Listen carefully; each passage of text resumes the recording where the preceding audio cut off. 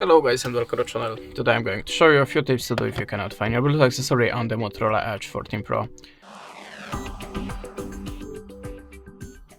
So if you have a problem with your headphones or anything, just start from the simplest way.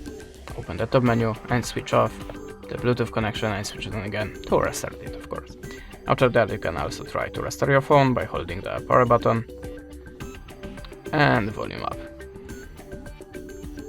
Now just choose the restart and restart your system. After that, look for your device again on the Bluetooth list. Okay, at the start you have to be sure that your Bluetooth accessory have activated pair mode. How to do it, you will find the manual to your device.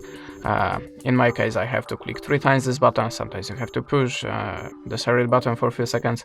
You have to check it by yourself in the manual or maybe on your YouTube channel. So if you're sure that your Bluetooth accessory have activated pair mode, but you still don't see it in the settings of your phone, in the Bluetooth list, just go to the settings, swipe down to the system and choose reset options.